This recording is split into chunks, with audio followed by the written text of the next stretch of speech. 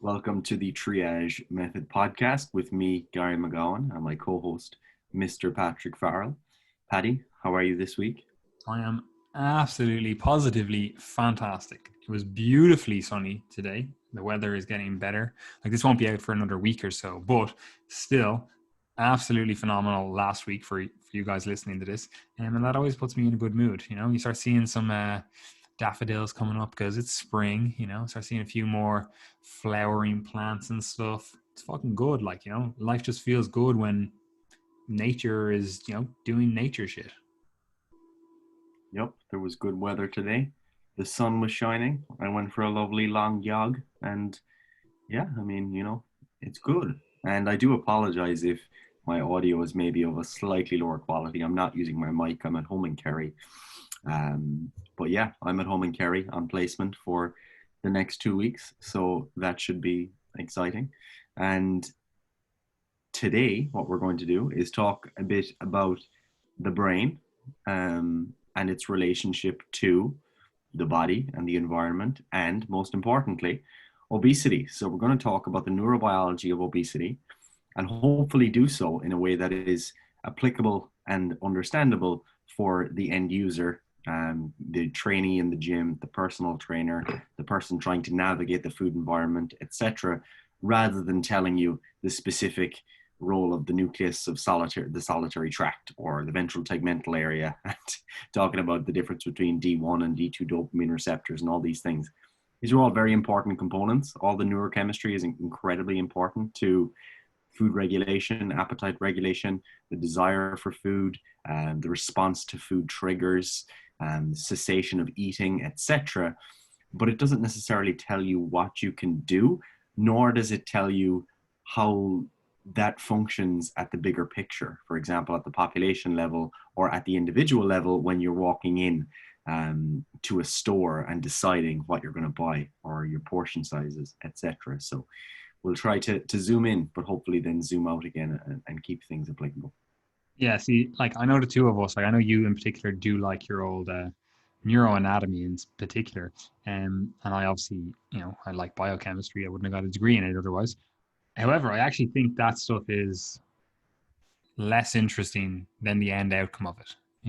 Like I don't care what is actually happening at the receptor level. I don't care what is actually happening at the, different area of the brain. I care how that actually influences your actions and how that actually influences, for us as practitioners, like coaches, like how that actually influences how we think about this stuff, how we conceptualize it, and how we actually interact with this issue that's clearly plaguing society. Like we have an obesity epidemic. It's not like something's going wrong, and the current level of thinking that has, been predominant up to this point has clearly not been beneficial for helping with this issue. So while I do agree that we definitely need to dig in deeper, and I really appreciate the people that actually do the research in this area, at the end of it all, I kind of like, okay, that was interesting to read about. I enjoy that. But the listener of like a podcast like this, or the person that's actually looking to know what to do and how to think about this stuff, is kind of less important, like that's in my mind at least. Now, before I get stuck in, do you have anything else to say, Gary? Yeah, I might do a quick overview of some of the brain stuff that's relevant, not in detail, but just Do to it. to outline what we're talking about, a geographical exploration of the brain and its relationship here. Just before you get stuck into that, I'm just going to say, just to keep this really on track, because I know when we start digging into this can get lost in translation or whatever you want to say. Like obesity or overweightness or an excess of fat, whatever words you want to use, because I know there's a lot of conversation these days about is obesity a bad word, which we might do a podcast on. Like ultimately, like obesity or overweightness or whatever you want to call it is caused by an excess of calories and or a deficit of activity, and we would argue that there's probably a much larger role to being played by the increase in calorie consumption in the diet. Like people are not, even though there is a reduction in activity overall, you would assume based on, we have more sedentary lives, we watch TV more, we don't like walk to work, or we don't do whatever. Like ultimately, people still move around every day. It's not like on a population level, everyone's, only burning 100 calories per day. Like, people are still active, Now, could they be more active? 100%. So we would argue that something has changed in the food environment, and or the way people conceptualize food or think about food, which again comes back to this brain stuff, that has been leading to people over consuming food, right? So that's something that you need to keep in mind as we go through this stuff, because whenever you get into like deep science, whenever you start reading this, like, you can get down some, fairly deep rabbit holes and be like, oh, this is the thing, I've discovered something, whatever. Especially when we're in this weird area between like metaphysics, meta psychology, meta philosophy, and like neuro, like brain stuff. Like, you can kind of be like, oh, this completely dissociated from the actual reality of the situation in front of you. So just keep that in mind. Like, this is still a calories in, calories out argument. However, we have to understand why there is this overconsumption of calories. That's what we need to answer. Yes, sir. And I think understanding the neurobiology, but not necessarily understanding all the specifics, but recognizing its role in the regulation can be incredibly helpful, because it adds that extra layer of nuance to the understanding of calories in, calories out. Because what we have to realize is that calories in, calories out outcome, whether you're in a calorie deficit or a calorie surplus, is fundamentally the result of your activity behavior and your eating behavior, which is regulated to some degree by the brain and the nervous system and its interaction with the rest of the body, which is affected by your overall environment. And hence we have to understand that mediating role. So there's kind of three areas roughly in the brain that become quite relevant here when it comes to eating behavior. So you've got the brainstem, which is at the bottom of your brain. You could describe it as being a little bit more primitive, has really important roles, but generally the deeper you get into the brain, it serves more primitive functions like the regulation of breathing rather than higher order cognitive processes. And it does also play a role in things like feeding behavior, gastric emptying, metabolic rate, etc. So it receives information from the periphery, for example, through the vagus nerve. So you can get the vagus nerve, which is a parasympathetic nerve, taking information from the gut. So it lines the gut and it brings that back to the brain. Okay. So the brainstem is one layer. And then above that, again, you've got a couple of other important areas. So you've got the hypothalamus, which is really important. And you'll often hear of the hypothalamus in discussions of eating behavior, because it's basically a center at which many different peripheral signals can act. So that includes things like adiposity signals. So in previous podcasts, we've discussed leptin and insulin were two things that we discussed. And they're hormones that are regulated / released to some degree by body fat, or are affected by the amount of fat that person carries. Okay, so that can then affect the hypothalamus, and as a result affect your eating behavior or your energy expenditure. And this also goes for other things like gastrointestinal peptides. So you've got peptides that are actually within your gut that respond to food cues or respond to the presence of certain nutrients, and as a result can send that information up to the brain to say, we're actually satiated. There's a lot of nutrients here. We're actually taken care of. So you've got this kind of gut-brain axis that acts in such a way that we're able to sense from our stomach and from our gut generally, so other areas of the gut like the small intestine, to send back that information to the brain to let us know what's there, even though we might be aware consciously of what we've eaten. Okay, so you might be consciously tracking your calories or whatever, you might know what's there, but the signal could still vary depending on the composition of that meal, whether it had more protein or more fiber, or was it just a high carbohydrate, high fat meal? Was it McDonald's? Was it ice cream? Whatever. These things affect the way that those signals are going to be sent to the brain, and as a result, that affects our satiety response. And this is why, or some of the reasons why, things like just tracking calories but not caring about what you eat at all just doesn't tell you the whole story. Okay. And then you've also got ghrelin, which is another really important hormone here that you'll hear discussed in discussions around eating behavior, because essentially what leptin does is leptin basically tells the brain or leads to satiety, basically. So you're more full if you're getting an effective signal from leptin. In obesity, you can become a little bit resistant to that signal, so the hypothalamus doesn't register it in the same way, because as you gain more body fat, what happens is you do release more insulin, because it's, or more leptin rather, because it's released from body fat, but you become a little bit more resistant to that signal. So because it's constantly coming, it's constantly being sent, you're not as responsive to it. Okay, so that's why leptin isn't leading to that excess of satiety in obesity.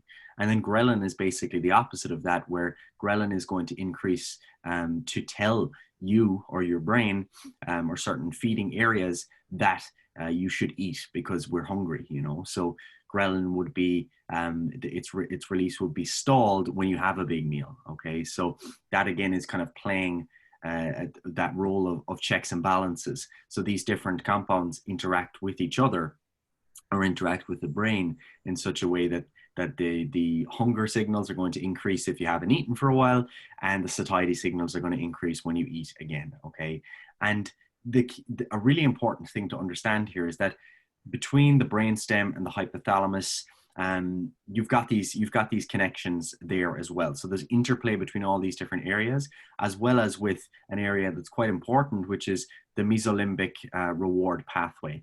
And this is basically what people might colloquially refer to it as the dopaminergic system. So when people say, you know, oh, dopamine reward, like that's kind of like the meme when people talk about like reward, they talk about dopamine. And this is basically one of those kind of key areas responsible for that dopaminergic signaling, and as a result, the reward that we get from food. So this is really, really important, because not only is dopamine involved in reward, but also like pleasure and motivation to some degree too. So when we start to talk about the neurobiology of obesity, a lot of talk gets, or a lot of people will discuss the hypothalamus and the hunger signals and all these sorts of things. And that would be fantastic if we operated like a machine and it was just once you had your energy needs met, everything was sorted. But the reality is that human motivation, the desire for pleasure, the desire for reward, is also intrinsically linked with feeding behavior. Okay, so one of the areas responsible for that or involved in that would be the ventral tegmental area. I mentioned it previously. You don't have to remember that. It sends off signals to other areas like the nucleus accumbens. You'll come across that if you've read things related to reward and motivation, etc. But fundamentally, what we're talking about here is that overall dopamine system. So you do have to really remember that that is part of this whole process, because sometimes in the fitness industry, what can happen is if you're very, very into fitness, you know, you might view yourself as just a pure machine and you eat purely for a certain purpose. But the vast majority of people don't think of food in that way.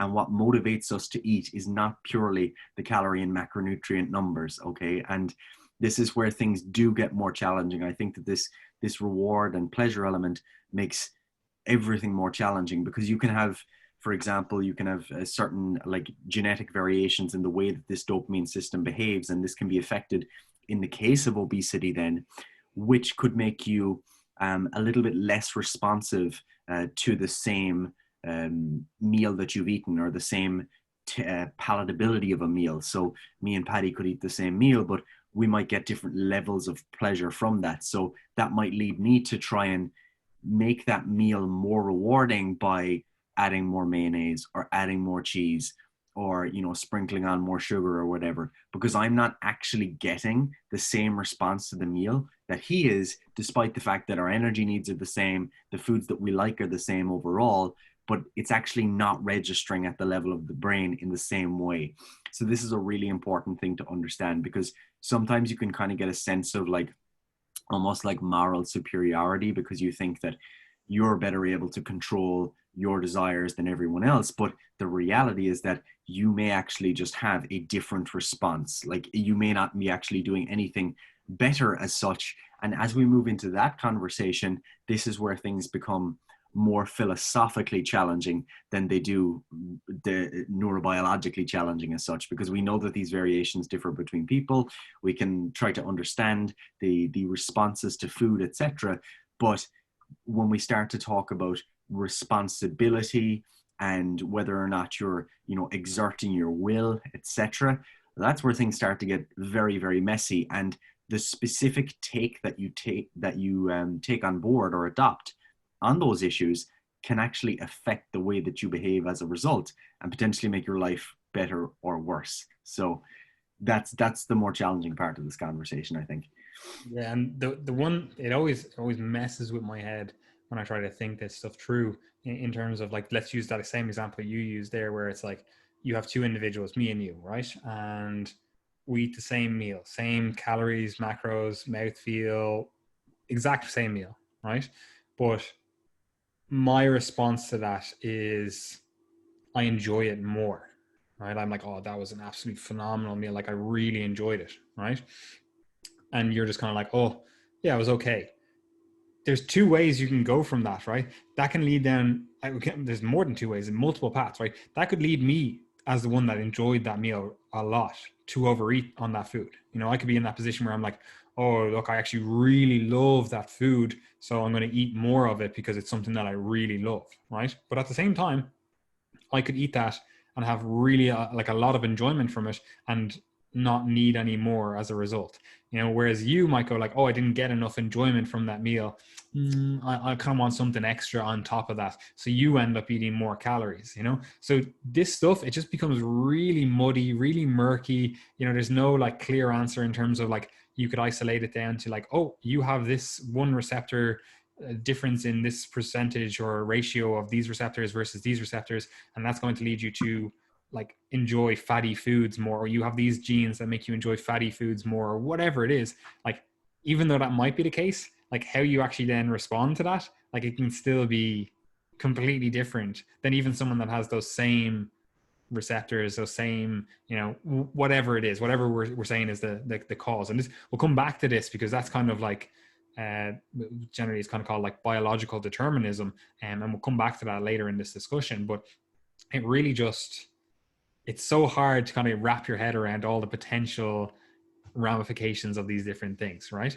But you brought up something that's really interesting here in terms of like, we basically start trying to understand this stuff and we come to a roadblock in terms of the question that then gets asked, right? And this is actually like, we're not going to answer this on the podcast, right? But we're going to try flesh out some things around it. And this is like, do you actually have free will, or does free will actually exist, right? Because if it all comes down to like neuroanatomy, neurochemistry, and how your brain reacts and how it works, like, are you just a victim of whatever brain you were given, or whatever brain you have?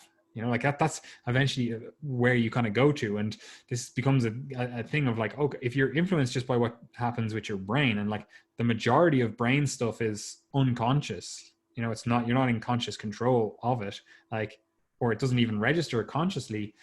Like, do you actually have free will? Like, we kind of think of free will as a conscious construct, if you will, like where you like, we think things through logically, we're rational human beings, etc.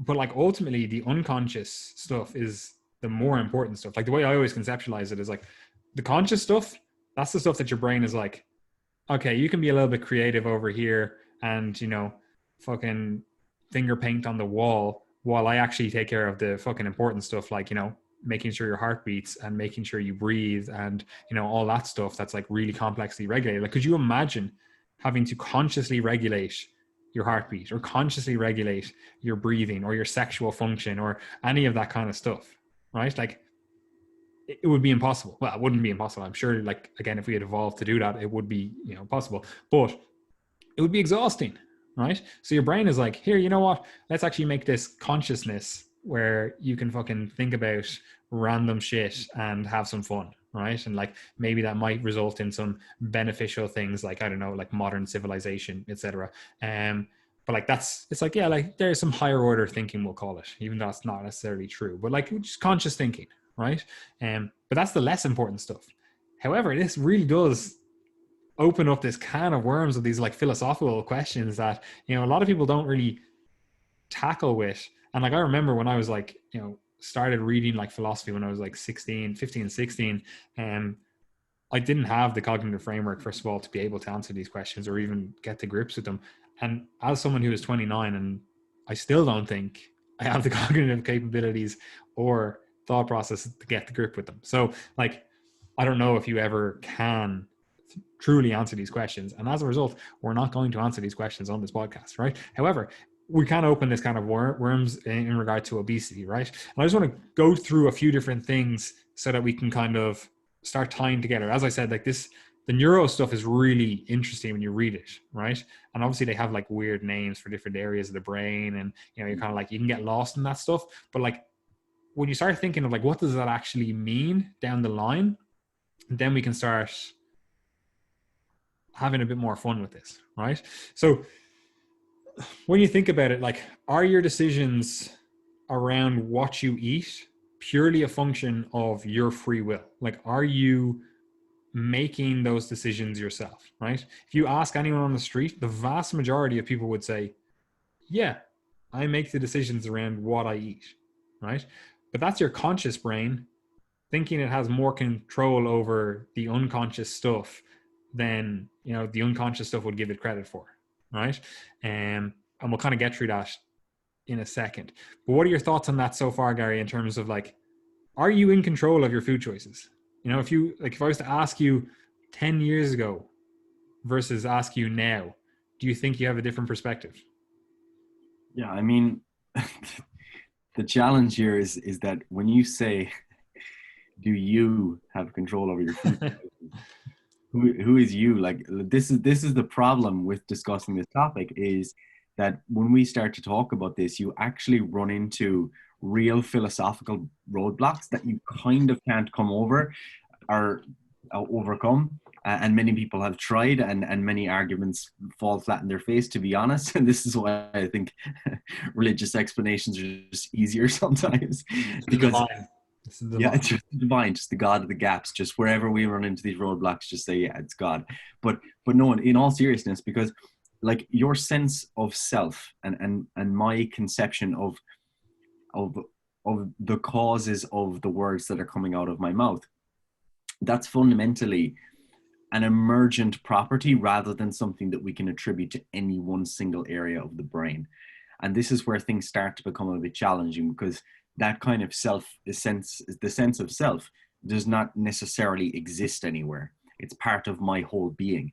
And that can't necessarily be reduced to the level of the brain. That would be like just a total reductionist approach, because if, as we've just discussed, the gut is intrinsically linked with things like the brainstem and the hypothalamus, etc.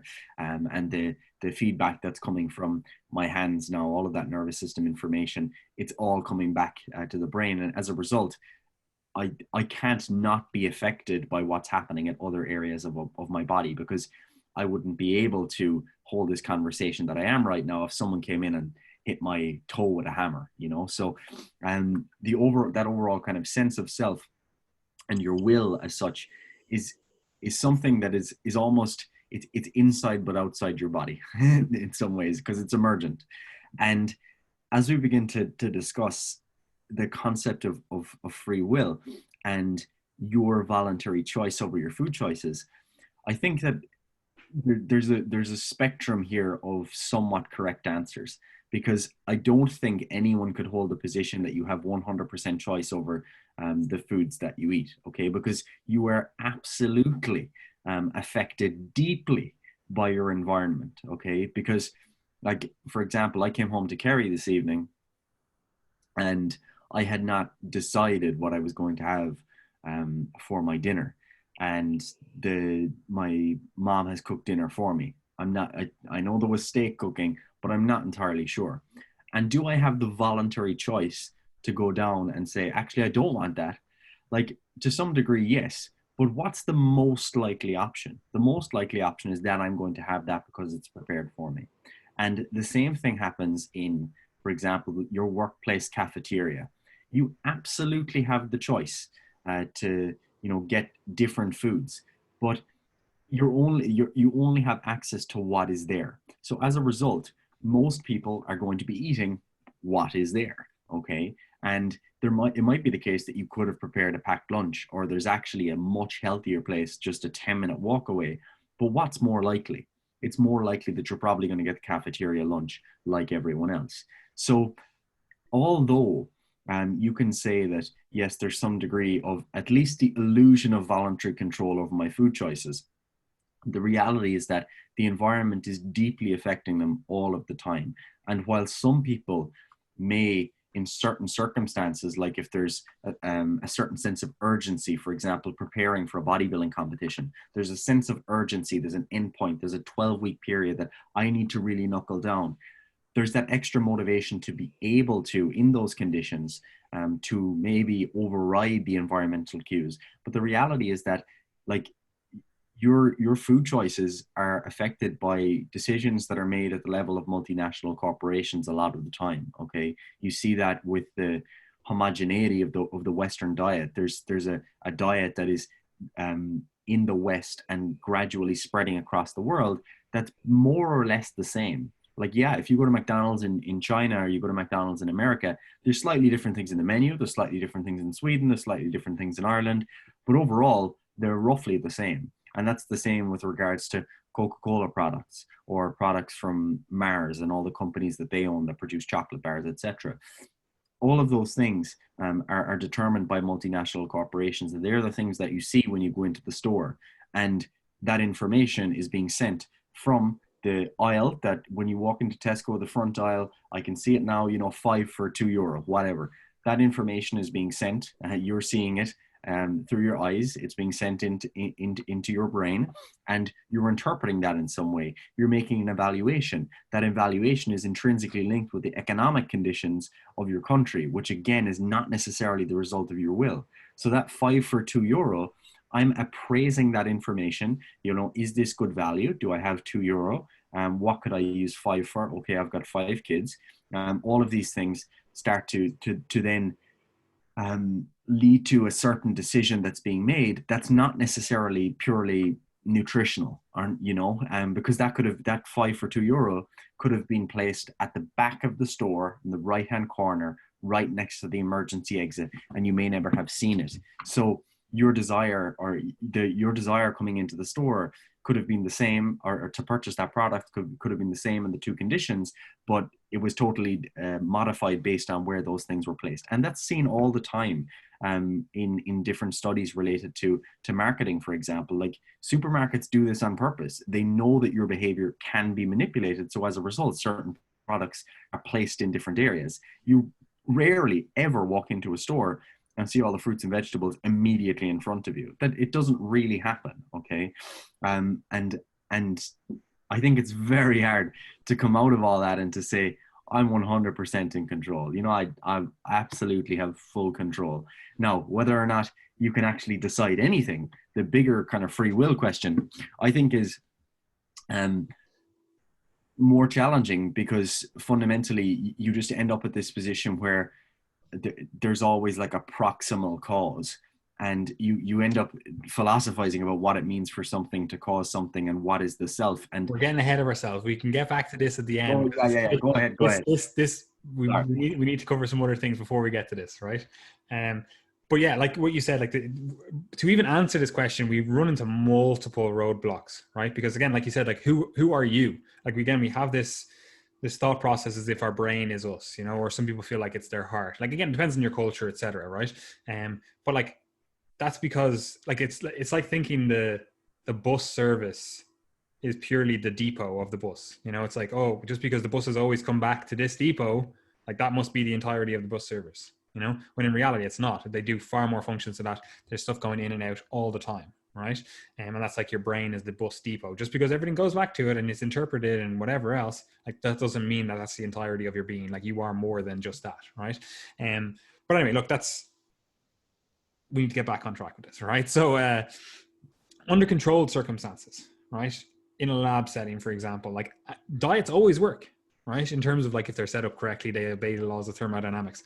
diets always work, right? Like in terms of, if you want a fat loss diet, get someone in a calorie deficit, they'll lose weight, right? So we know the fundamentals of a diet in terms of like calories in, calories out. And that's the way most people think of it and conceptualize it, because that's so easily provable, right? However, you also have to contend with the fact that on all of these diets that worked in the lab setting, when you send these people back out into the real world, the free world, we'll call it, they fuck it up, right? They go back to their old patterns, their old behaviors, their old habits, whatever. And they're off the diet then, right? They're not on the same trajectory they were on when they were on the diet in this lab setting, right? So we have to contend with the fact that as soon as we introduce freedom into the equation, most people don't stay on track, if you want to use those words, right? Like they don't stick with this diet that they know works, right? You could have someone that's like, oh, I've always wanted to be leaner, I've always wanted to be healthier, whatever,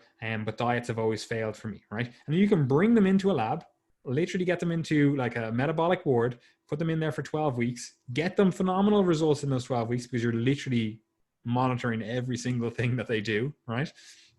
And they'll finally be like, whoa, actually, I can get results. Here are the phenomenal results I got, right? And then as soon as you give them freedom again, the wheels fall off the wagon, right?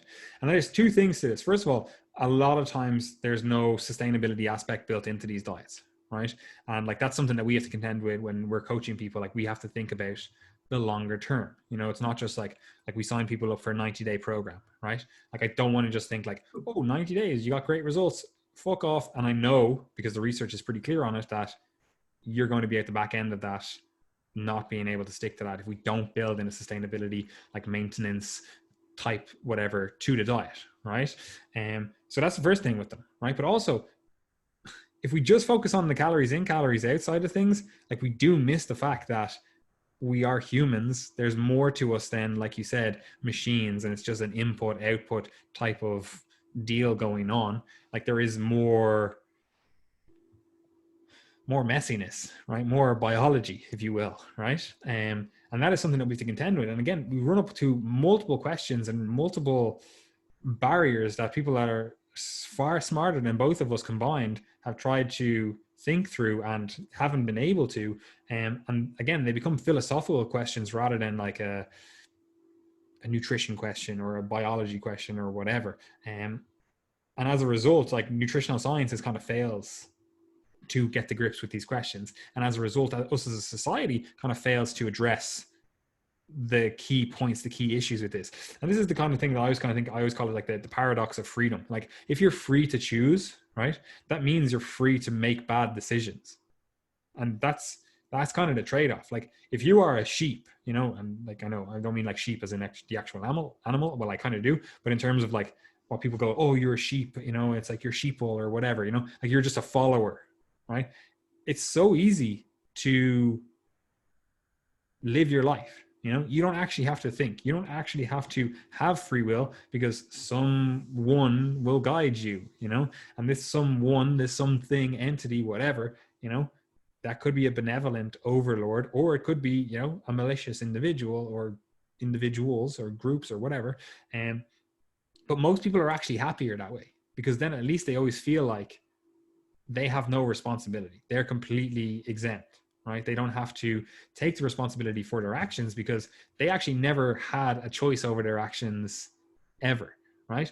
But as many wars have been fought over this and much moral contemplation and thought has gone into this, we've pretty much all agreed across societies that slavery is wrong, right? And that's effectively what I'm discussing there, where it's like, oh, everyone kind of wants to be a slave, where it's like someone else make all decisions. Like even just think about you and your partner trying to decide where to eat. Like neither of you kind of wants to make the decision. You kind of want someone else to just outsource it. You're like, oh, I've been busy in work today. Like, just tell me where you want to eat and we'll go or whatever. And they're kind of like, oh, I don't really want to make the decision. I don't know. Like no one wants to take on that responsibility willingly, right? But also no one wants the alternative, which is you get fed gruel because you have a slave master because you're a slave, So it's like, we're in this real weird like paradox where we want the best of all worlds in terms of like, we want someone else to be making the decisions, but also we want to be able to go against those decisions when possible. Right. And when you start analyzing that a little bit more, right? If you ask, again, like let's just use the food as the example because that's what we're talking about here. Like if you ask most people like who is in control of their food intake, they will say it is them. But as you've just touched on there, and we're going to touch on now in a second, realistically, the environment and let's say those who are running the environment. Now, I'm not some like, conspiracy theorist and thinking like, there's a committee somewhere, I don't know, in the Swiss Alps, for example, or something that are like, let's decide how societies should be run. Like that's not what I'm saying. However, what I am saying is like, there are people that are trying to either maximize profit or trying to move society in a certain direction that they want, or, they have their own goals, ambitions, whatever, and they help to craft the environment, right? But ultimately, like the environment shapes us a lot more, or sorry, I should say, shapes our choices a lot more than we would like to give that credit. And that is something that you have to contend to in your entire life. And also, it brings in some really fascinating and hard to get to grips with moral questions in terms of like, if you don't believe people have free will, why would you give them, I don't know, say social welfare, for example, if you know that they're just going to make bad choices with that money, like, because people will do that. They'll say like, oh, people are obese because of their socioeconomic status. But then if that's the case, and you're saying that these people are too stupid or whatever you want to think, too stupid to make their own decisions about their food choices, then are they too stupid to deal with the free money that they potentially get from a social welfare program? Like, you have to get to grips with these questions. And I'm not saying I have the answers. I'm just saying that it starts raising these questions, and that's something that is really hard to I don't know, wade through. You have to kind of like, it's just thick, muddy, murky water, and there's no clear answers with this. And while I'd love to say that I had them, I clearly don't, right? But to illustrate this a bit more and then bring it onto what these kind of things are like overarchingly called in terms of like priming, there's a few things that really help to illustrate just how much is out of your control, right? Just how much is not your free will to actually, it's not free will. It's actually just the environment that is completely shaping you, even though it gives you the illusion of free will, because on the surface, again, going back to the brain, you kind of go, oh, well, I consciously made that decision.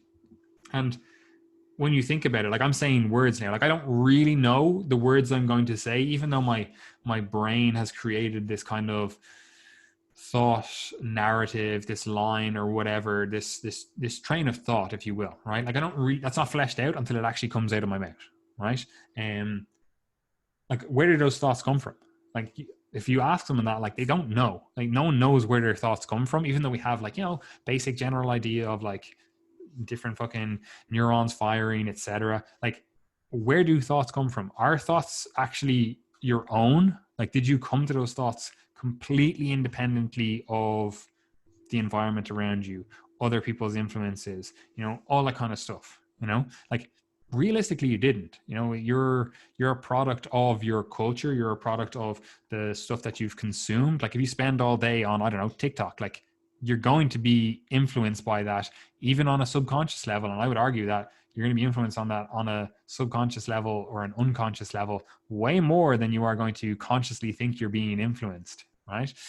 But again, just to bring this back to the food discussion, like, who decided on a portion size, right? And I mean, actually, like, think about that. Don't just listen to me say that and go, oh yeah, well, who did that, right? I mean, like, actually think that through in terms of like, you go into a shop, like who decided on the portion size of a packet of crisps, for example, right? Or a chocolate bar or whatever, right? Like, who decided on that? Again, it was just, that's the environment that you found yourself in. Like, you feel like you want to have a little bit of chocolate. It's not like the chocolate is in these like handy single serve whatever packages. No, they're in a chocolate bar, and you're going to go, oh, I want chocolate, so I'm going to buy the whole chocolate bar. And then you end up eating the whole chocolate bar. So you might have had free will in terms of making a decision to buy chocolate, but because the portion size was a certain size, dictated by purely the environment, like it's out of your control, now all of a sudden you're just eating a whole chocolate bar. And again, you could say, oh, well, I exercise my free will to restrain myself from eating that whole chocolate bar. But that's just the impact of a chocolate bar. But like, think about it in other things in terms of like, restaurant serving sizes, for example, like you order a burger and chips, right? And you're like, oh, cool, I just want like a burger, chips, right? Like you don't know how lean was that burger meat, like the mince meat, like how lean was it? Was it the 95% lean mince that they were using? Definitely not. It was 80-20. So all of a sudden you're like, oh, well, you didn't influence that, but it was the what you were served, right? And again, you can make better choices in the restaurant, but still, I'm talking about the serving size. Like, how many chips do they actually give you? Like how, like, is it like, why does two people order, I don't know, like I weigh like 100 kilos, my girlfriend weighs like 50 kilos, right? But we go into a restaurant and we're served the same serving sizes, like I actually usually end up eating half of hers, so it's fine. But you know what I mean? Like, it's literally, we're given the same serving sizes. The restaurant has just decided that, right? But you can't just blame the restaurants, because when we also self-serve, we end up being influenced by these other ideals. Like, again, like you've gone to a restaurant once, you see what a serving size of, burgers and chips looks like. So then when you're serving yourself at home, you kind of go, oh, that's roughly what I should be serving myself, or you start thinking like that, in terms of, you're like, that's what it should look like on a plate. That's the ideal, this image of burgers and chips, it's like, that's how much I should be eating, right? And that's influenced by the media, the whatever. Like, if you've never had this meal before and you've only ever seen people on TV eat it, for example, like, you can't say that you're not influenced by that, but then also, it's like, who made the plate sizes, the bowl sizes, right? So you're like, oh, I'm going to make a meal for myself at home. Like, you still put it out on these plates that were bought in, I don't know, IKEA or something, that is just generic. And who decided on that? And you're like, oh, well, you have to fill up my plate. That's how I know how much food to eat, right? Again, like, is that free will? Like, was that your free will to dictate the plate size? No, it was the environment, right? And again, you can always come back to these arguments and say, like, oh, it's your free will to not fill up the plate to its fullest, or it's your free will to buy smaller plates or whatever. But again, it's like, that's not reality, right? Like, you're not consciously thinking like, oh, I'm actually going to have to buy smaller plates because I actually, I'm going to diet for 2 or 3 months of the year, to get leaner for summer or whatever. Like, you're not thinking like that. Like, no one thinks like that, right? But then also, like you said earlier on, like, who decided on like the positioning of the hyperpalatable goods in a shop? Like, did you decide that? No. If they weren't there, you probably wouldn't have bought them. There's a reason, like, you go into, I don't know, Pennies or some clothes shop, and all of a sudden you're going to pay at the checkout and they have sweets, they have sugary bits, they have whatever, because they know that you're going to be influenced to purchase those. Like, they've done their market research. They know that people are going to buy that stuff when it's easily accessible. They're just standing in the line and it's like, oh yeah, actually, I just grabbed that, you didn't consciously decide that. That's not your free will, right? It's being influenced. You're being manipulated, right? And it's a subconscious thing or an unconscious thing, right? But like you also touched on there, it's like, who decided on like the perceived savings you get from a share size packet versus a single serve packet? Like, I put a deal on, like, oh, like you said, 5 for €2 or whatever it is, or a 2 for 1 offer or whatever. Like, you went in, you're like, oh, I just want to get one, and they do this on alcohol as well, or at least they used to. They'd be like, oh, you want to get like one beer or whatever. Like, I don't know anyone who just drinks one beer, but you know what I mean? Like, it's like, oh, I just wanted to get one beer, right? But they're like, oh, it's 2 for 1. So you buy 2.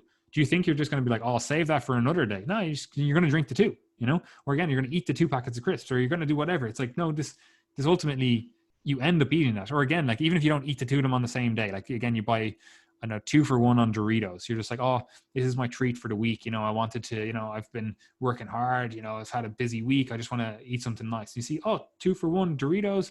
Really like Doritos. Like, yeah, actually, I'm going to get a packet of those. 2 for 1 though. Might as well get the 2 packets, right? And like, what might have been like a single event in a month where you're just like, oh, I added a little bit off track. I wanted a packet of Doritos. I've been really craving it for a while, and busy week, and I just wanted to treat myself, right? But now you have 2 packets of Doritos in the house, right? And now it becomes next week, you're like, oh, you know what? Actually, I have that packet at home. I'm going to eat that as well, right? When in reality, if you just bought one of them, maybe that was one packet of Doritos that would have served you for the next 6 months, in terms of you would have had it. There's your craving gone. See you later. But now, because you got 2 for 1, it's in your house. You've already bought it. You've already spent the money on it. You're going to eat it. Right? And again, is that your free will? Like, again, you can argue and go, oh, well, it's my free will to not pick up the 2 Doritos. I just want one. So I'm going to leave the other one in the store, even though it's 2 for 1. You know, is that reality? Like, are you actually going to do that? No, because you have this perceived sense of saving where you're like, oh no, I've made a saving here. I'm making a kill. I'm getting one over on the fucking man. They don't even realize I'm making a killing here because I'm getting 2 for 1, right? When they've already priced that into the cost, you know, like they don't care, you know? And again, like you could say, oh, well, you can just give it to a friend or throw it out or whatever other free will argument you want to make. But again, we have to think about reality, and you have to realize that like your neurobiology is being hacked. Like just like you can hack a computer, like the software in our brains or in our being or us, whatever we want to conceptualize that as, can be hacked, right? And there's loads of these, like your exposure to food, beverage advertising. Like you're kind of feeling a little bit thirsty, like you'll come into summer now and all of a sudden like on all the bus stops you'll start seeing like Coca-Cola advertising with like ice in a glass. You'll hear that, you know, and it's like you're like, actually, you know what, it's really warm out, I would love a nice cold drink. Oh, Coca-Cola, is it? Yeah, actually I would actually love a Coca-Cola, you know. It reminds me of my youth and you know, oh, on a summer's day or whatever, you know. Again, you start thinking these things. Those thoughts are not your own. They did not come from you. You did not wake up in the morning after a nice, lovely sleep and go, you know what, I need a Coca-Cola today. You know, like that. You weren't, until you saw that advertisement, you weren't thinking about that. Your peer group as well. Like we know, like weight loss, for example, is much easier and much more effective in groups. Like it's shown in the research. But what's also shown in the research is like weight gain is easier in groups, you know? And again, did you choose your peer group?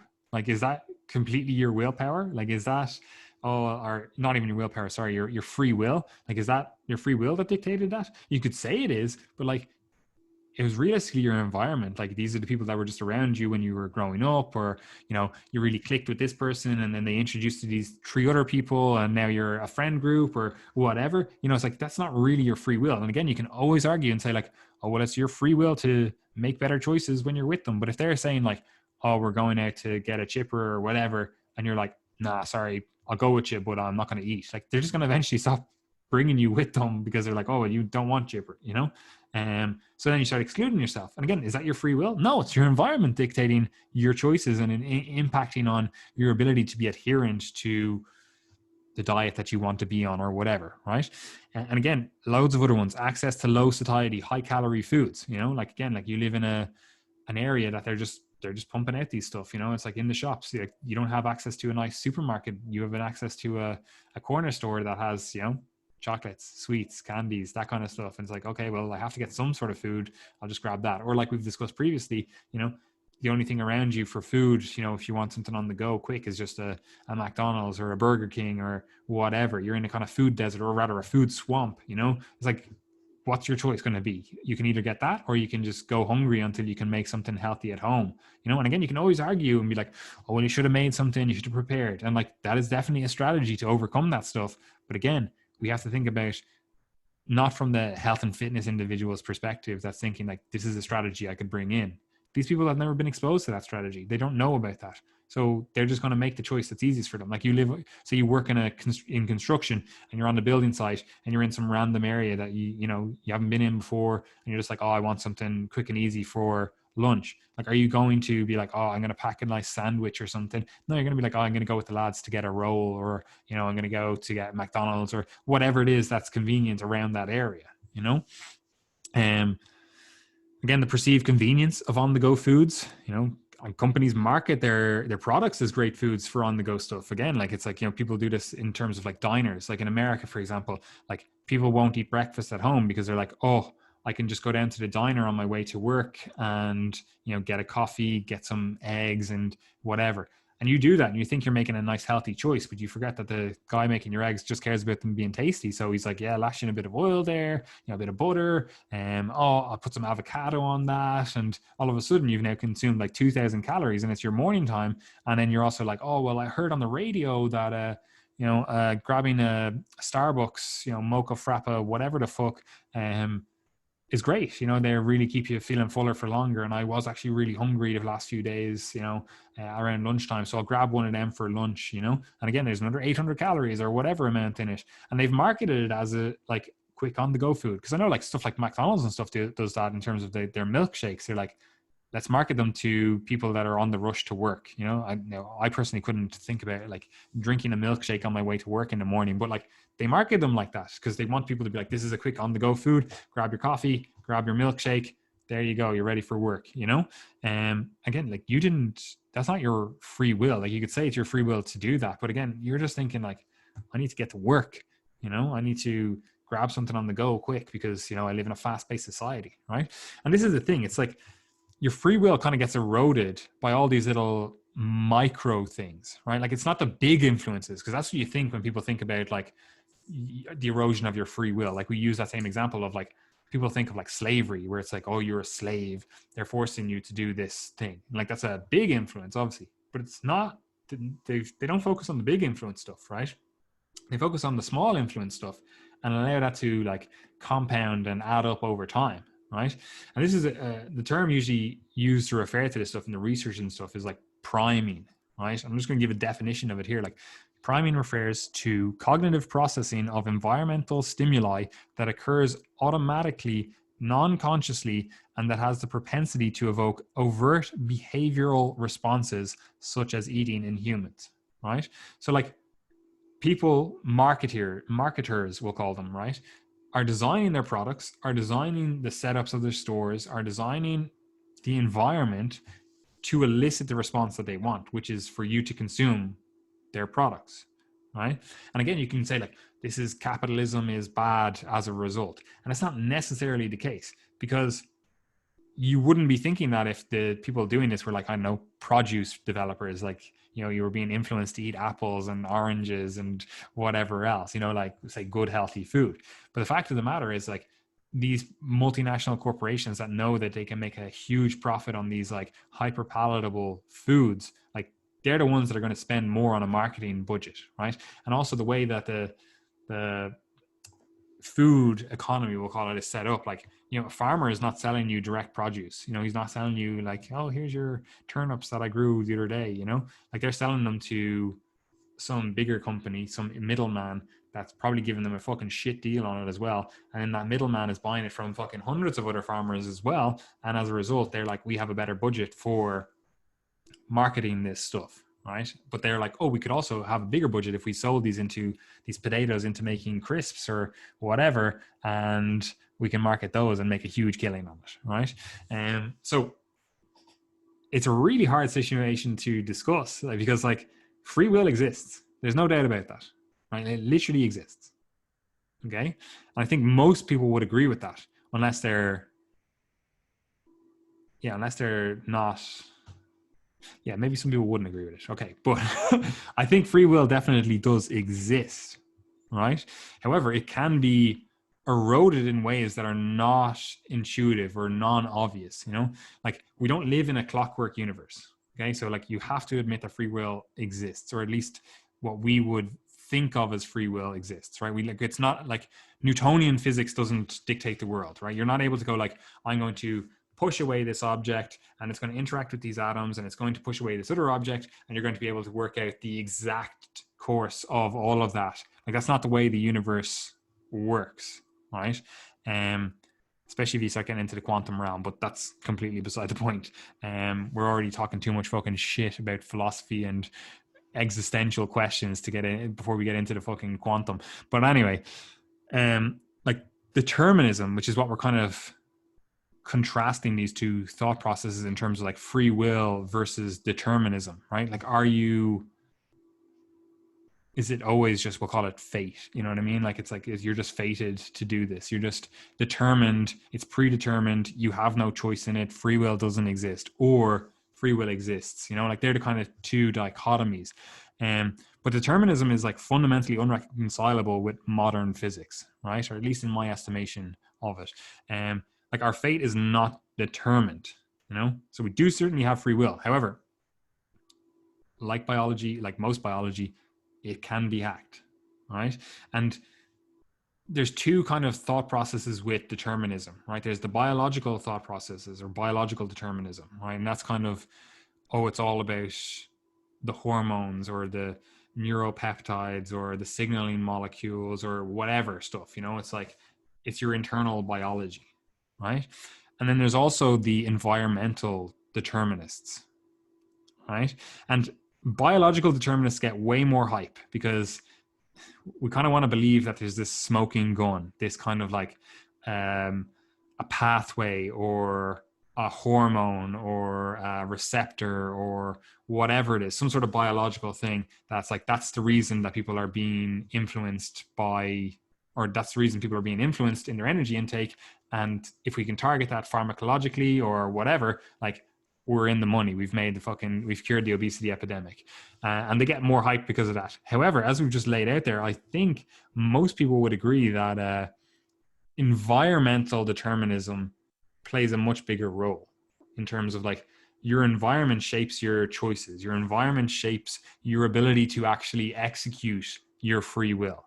And while, yes, your internal biology plays a huge role, and I actually think it's just, both biological and environmental determinists, they get a lot right, but they start talking past each other rather than realizing that, oh, that works, that doesn't work, that makes sense.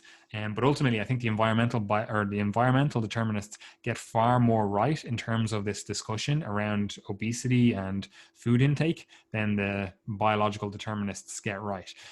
Because it is ultimately your environment that is shaping your ability to execute your free will. And that's not a conversation that is easy to have, because then what do you do? That can be really disempowering, where it's like, you're just a victim of your environment. Oh, you were born into a lower socioeconomic status. You were born into a certain body. You were born into a certain environment overall.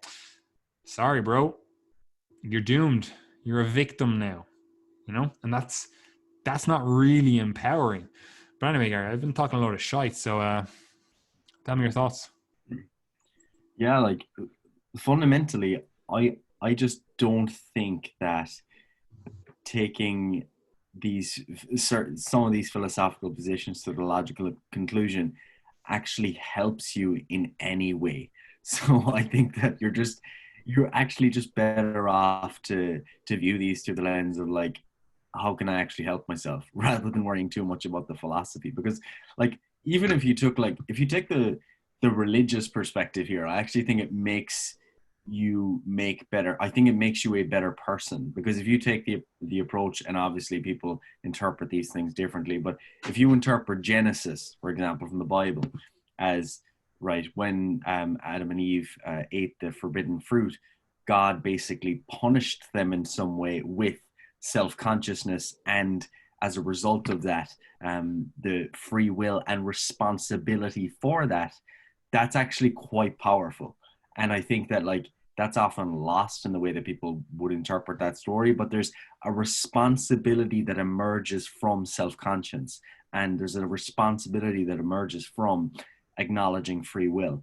And I think that I think you actually see this emerge in lots of areas in ways that I think are worrying, and I'm sure you'd agree. For example, if we take determinism to its logical conclusion as it relates to crime, for example, then we erode any sense of self or responsibility, because we basically say that, well, if we can reduce someone shooting someone else or someone raping someone else down to a specific biological level, and we can look at the genes in the brain, etc., then like, what do you actually do with that? I think this can sometimes lead to an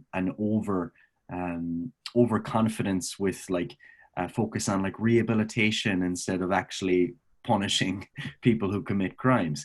So I think that that's one of the areas where you see this play out a little bit. So you can see how this kind of filters into or drips into different areas. And as it relates to like nutrition and your own life and the decisions that you make, I think it's really important to understand, like particularly for people into public health, it's important to appreciate the effect that the environment is having on people's behavior.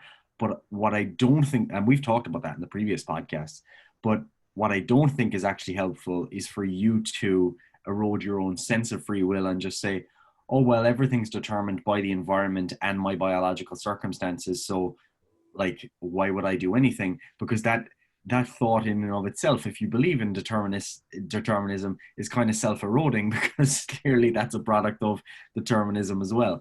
And what happens is there's actually evidence to support this, that when people start to adopt an approach or adopt that philosophical position that free will doesn't exist, and as a result, everything is predetermined. And like the full broadest argument there would be for a more extreme determinist would be that since the Big Bang or preceding event or events, everything is determined by physical causes that could be, if we had sufficient technology, predicted, and the future is already predicted and nothing can be changed. But It's that's Newtonian physics for you, which is not reconcilable with modern physics. So at least we know that they're wrong on that. yeah, but like the other thing is like, because people aren't, most like the end user of that information is not thinking, like they're just thinking about how they make their decisions. So as a result, there's evidence to show that people who believe that, or who are told that in research studies, they end up making worse decisions.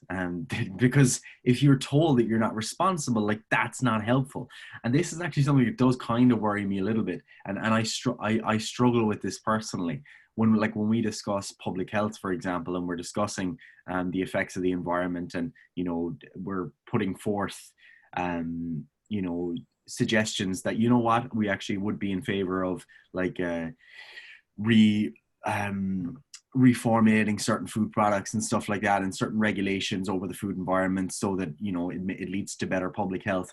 But again, if you take all of those things to their end conclusion, you do end up in that position, like you're saying, of kind of like slavery to some degree, because everything is essentially controlled for you. And you also end up in a position where you actually erode, if that's the general public narrative, for example, that the behavior of individuals is the result of solely their environment, then you end up actually eroding any sense of personal responsibility, which personally I don't think is actually a good thing. So I think there's a dialectic that needs to be had there, that I think is very difficult for a person who's actually switched on. Like, I think it's much easier to adopt a perspective of, oh yeah, everything we should just control all of the food supply and all of the environmental conditions until people are satisfied. And it's also easier to hold a position that, no, absolutely no regulation, everyone should be free all the time. I think they're easy positions to hold because you'll find people in those camps. But I think personally, I struggle on different issues with where I stop on either end of the spectrum. I'm sure you're the same. Yeah, like the crime one is an interesting one as well, especially because there's so many avenues you can go down when you start trying to get into this, especially if you start falling into a doctrine of either biological or environmental determinism, Yeah. right? Like if you fall down either of those doctrines, or just say determinism, whatever flavor of that you like, right? You just say free will doesn't exist. This person is a criminal because of their biology, because they have X gene or whatever, right? Or because they grew up in Y environment, right? Like you might, as an individual that is actually concerned about helping society move forward, or I don't know, you want to help these individuals, and you're like, oh, they're just a victim of their circumstances, right? And this is something that Christianity tried to fix by saying that we all have a spark of divinity in us. So it's like, oh, we're all like, children of God or whatever. So it's like, oh, like we're all good people. Like we still think that about children, even though it's provably false, right? Children are not born innocent or, not born good, like it's provably false. Like there's evil children out there, right? But we have to act as if all children are good, or all children are like innocent, and there's a spark of the divine in them, right? But it's the criminal one is interesting because you start to answer that question is start thinking through, like you might, as a solution to that, be like, oh, we need to focus on more rehabilitation for this person. It's just their environment that shaped them, or it's their genes that shaped them, especially the biological determinists for this one, right? Like, that's fine. You're a nice person. You think that you could help that with rehabilitation. I can guarantee you right now, there's people like me who would be like, oh, there's something wrong with their genes, that this could now pollute the rest of the gene pool. Right. So if these are bad people and this badness was caused by these genes, we need to eradicate those genes from the gene pool. And now all of a sudden you've got fucking genocide, right? And you were just trying to be a good person. You were like, oh, it's all biologically determined. We need to rehabilitate these individuals. And that was fine while like your political party or your ideology was in power. But now the opposition is in power and they're like, whoa, you said it was biologically determined. We're now doing sweeping genetic tests on the population to find X gene, and everyone we find with X gene, we're fucking eradicating them, because you just said that all aggression is caused by this gene, or all violence, or all whatever is caused by this, and that's a hard thing to fully think through your actions, right? So determinism is it's a hard thing to get to grips with, and I'm glad I don't believe it. But it is something that you have to think about, because your environment is shaping you. Like, you are not completely immune to the impact of the environment on you. And as a result, if you just ignore that and think it's all free will, like, that's fine. You might feel more empowered. But if you just completely resign yourself to, oh, this is all just the environment that's causing me to do this, I'm just a victim of the environment, like, you lose all your power, right?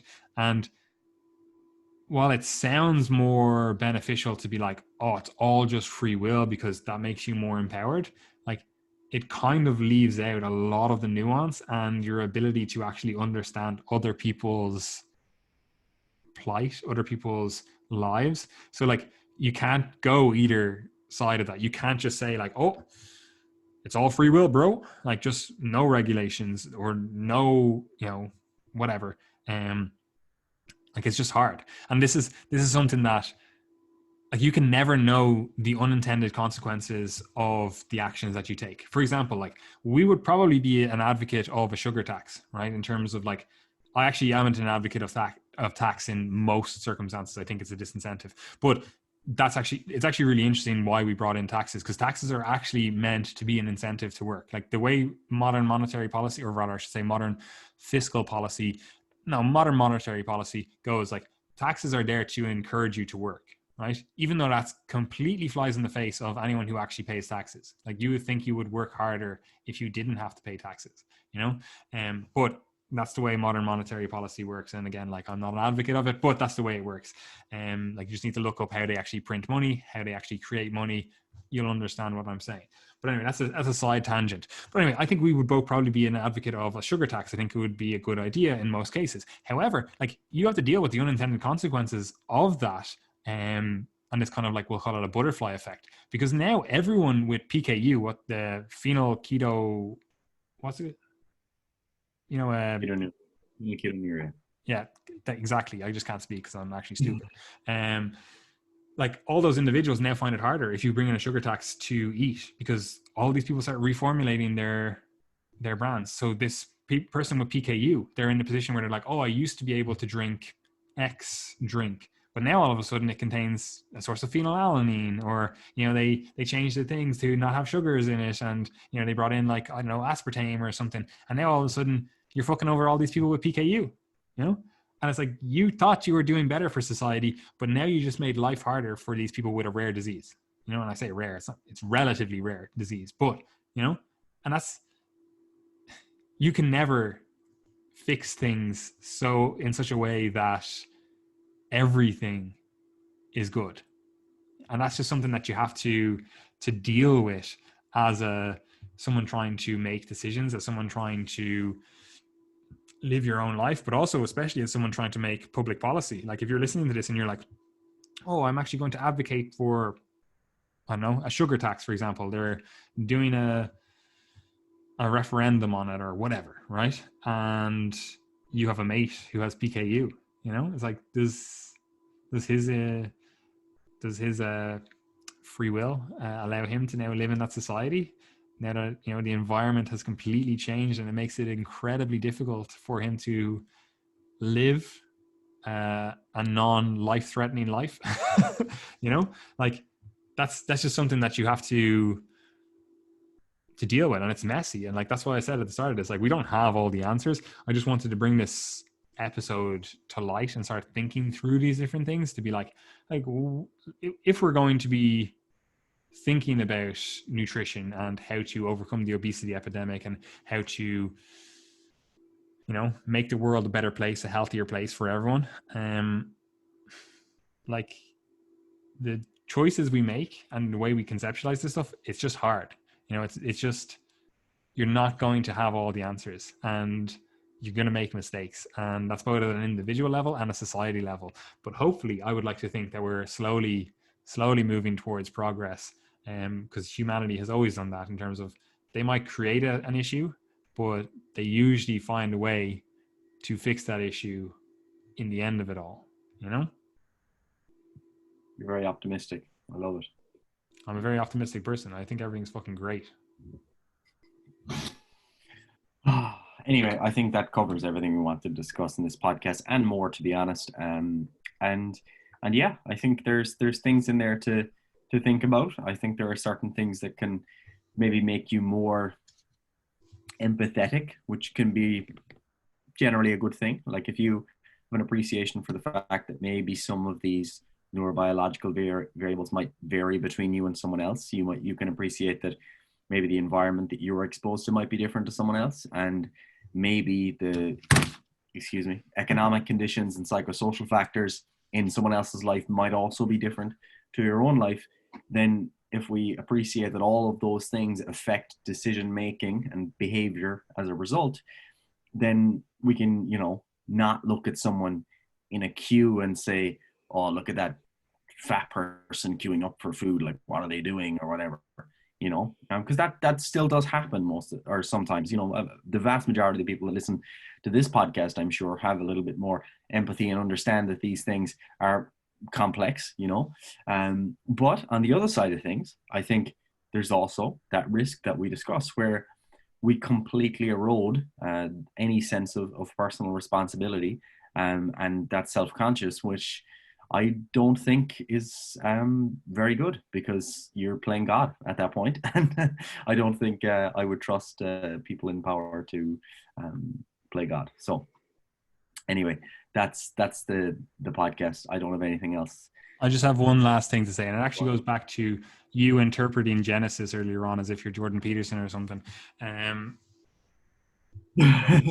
To go on to a more recent scholar than the people who wrote the Bible, like Nietzsche, right? Or however you want to say his name. Nietzsche.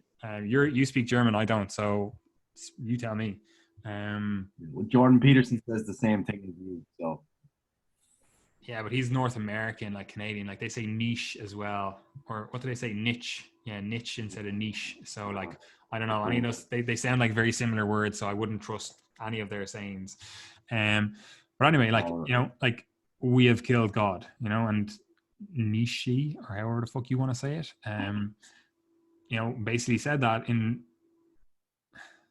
to signify that we need to become gods ourselves, right? And I think that kind of nicely wraps up this podcast, because we don't want to kill God. We don't want to kill free will, right? Because God supposedly gave us free will.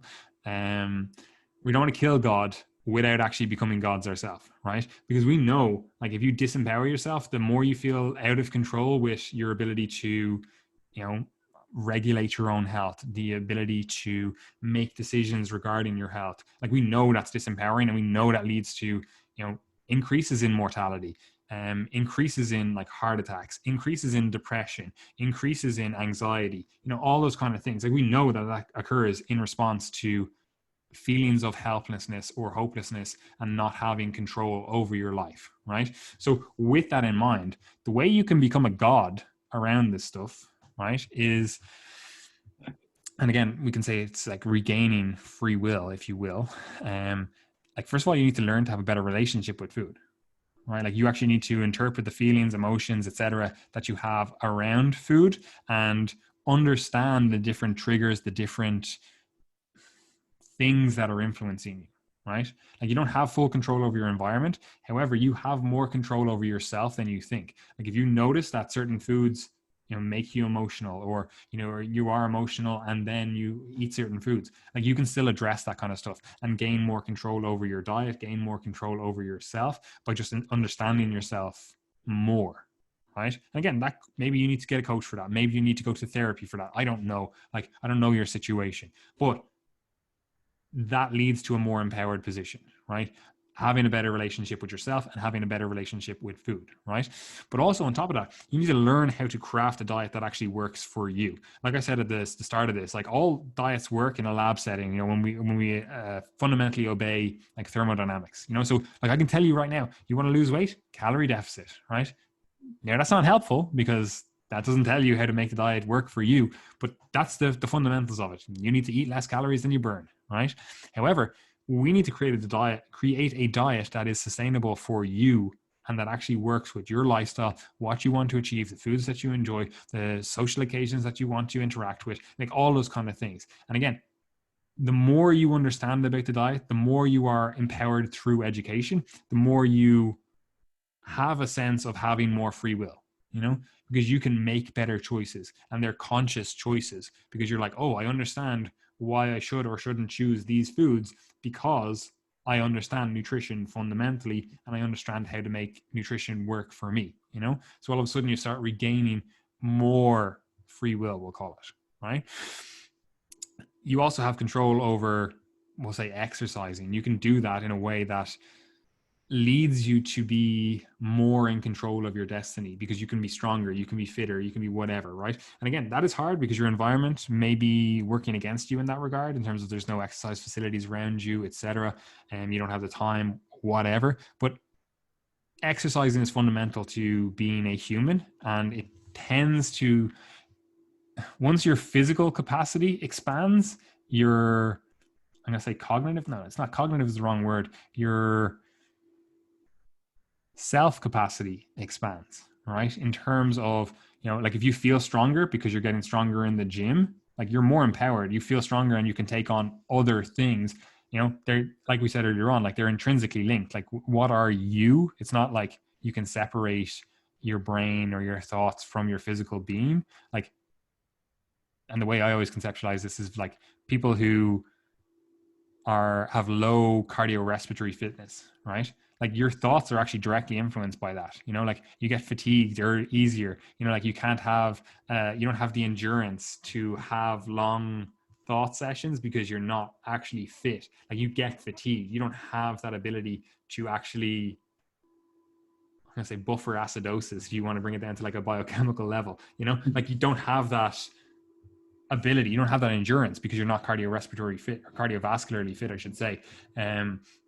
So like getting fitter all of a sudden makes you think clearer. And also just movement itself, there's a lot of stuff like chemically in the brain as well, chemically around the body, that actually allows you to think better.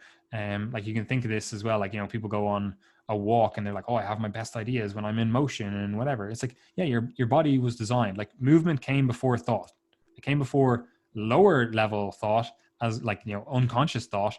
And it definitely came before like conscious thought. So like exercise or movement is fundamental to life, right? So you need to be moving, right? You can get more empowerment through that. But also in terms of this, and like we talked a few times about religion in this, and it kind of, that was one of the benefits of religion. And this is, engaging with a community that is also focused on the same goals as you, right? Like that's something that is really beneficial. And is really empowering. Like if you know that you have a support network around you and you have a community that are also out there rooting for you and want to help you, so much easier to be successful, so much easier to be able to execute more free will, or at least have the society around you stopping you from not executing the free will that you want. Basically what I'm saying is like they will influence you in a positive direction, even if that means you actually have less free will in and of itself. Like you're basically hacking yourself by setting the environment up to make it easier for you. Which brings me to the next one, which is like, you can effectively do the same thing that like advertisers or marketing campaigns or whatever do, and you can make the environment more conducive to you being healthy, you losing weight, or whatever it is that you want to do. Like you can influence that. Like humans have been influencing the environment for eons. That's what we do, right? So like you can use that to your advantage where possible. Like it's obviously not possible for you to, change the bus signs or change the ads on TV or whatever, but like you can still make the environment more conducive. Like you can choose not to watch the TV and not be exposed to those, or like get an ad blocker for YouTube or whatever it is, you know. And like you can choose to do those things, and all of a sudden, even though you are not actually gaining more free will, you're just gaining less exposure to things that are deviating you from the free will that you want to execute, right? And this also comes down to, like, you know, automating or making unconscious good and healthy habits. You know, the more you can not have to think about these consciously, the more they actually become easy to do, and the more you are able to stick to them and actually get results, because you don't have to use free will to do these things. It's like, oh no, that's just what I do. You know, I'll eat vegetables. Yeah, that's just what I do. Like, that's not a free will conscious choice. It's just, that's just part of my day. You know, it's like, that's the environment. I have to do that, you know, like stuff like that. You can still automate that. And as a result, you can feel like you have more free will, or you can use the lack of free will or determinism to your advantage, right? And finally, on that, like, planning ahead. Like, we have control over our destiny, but you have to know where you're going. Like, steering a ship in the dark with no compass, with no stars, with nothing, like, you're going to run across rocks, you know, like you're going to sink the ship, you know, like you have to have a clear plan of action. You have to have a path if you're to, in order to stay on the path, you know. So like, plan ahead, whether that means like planning out your meals, planning out your day, what's it going to look like, who do you actually want to be, all that kind of stuff. Like, actually sit down and plan that stuff out, like, consistently in the literature. Like, that's like the one thing that psychology, like across the board, all of the different methods of psychology that they'll help you in therapy with or whatever, they're like, planning. Yes, planning is good. You know, like, that's, they'll all say that regardless of what therapy modalities they use. So like, use that to your advantage. Plan ahead, make a plan, stick to the plan. Don't be adherent to the plan if you need to be more flexible with it, but you need to have at least a rough idea of what you are working towards. Anyway, that's all I really have to say on this vaguely coherent discussion of free will and neurobiology of obesity, even though we actually didn't really talk too much about the actual neurobiology stuff. But as I said at the start, like, there's kind of the less interesting stuff, unless you're like a science nerd. Like, I know I like to read that stuff, even though I think neuroscience is a bit fake. Like, it's interesting stuff, you know. So anyway, Gary, do you have any final words? And if not, where can people find us? Yeah, so it's 9:05 on a Sunday night. I haven't had my dinner and I'm on placement in the morning. So I'm going to be quick. But guys, as you know, we do have coaching spaces available. So if you'd like to work with us and take this whole decision-making process out of it, hand over a little bit of the reins to us for a while. Let us guide you, a little bit of hand-holding, then gradually let you go into the future, managing your own nutrition, your training, etc. You can work with us. So just, you can inquire below, DM any of us to discuss, myself, Paddy, Brian, and we'd be happy to give you more info. We do also have an education site, the Coach's Corner. If you're a coach, get in there, get involved. You can also subscribe to our newsletter, Triage Method newsletter, get involved, and also follow our social media pages. Okay, so Triage Method on Instagram, Facebook, they're the main ones. Subscribe to the YouTube channel as well, and also check us out on our own Instagrams. We put out content that isn't necessarily on the Triage page. So myself, Skinny Gaz, Paddy at the Real Paddy Farrell, and Brian at Brian O'Hangasa. You'll get lots of additional nuggets throughout the week by following our pages. So they're the main things. That's it. Yes, I have nothing else to say. Hope everyone enjoyed this, and as always, all of your shares on social media and, you know, telling your friends, etc., really does help the podcast. So thank you for that. Anyway, peace out. Peace out.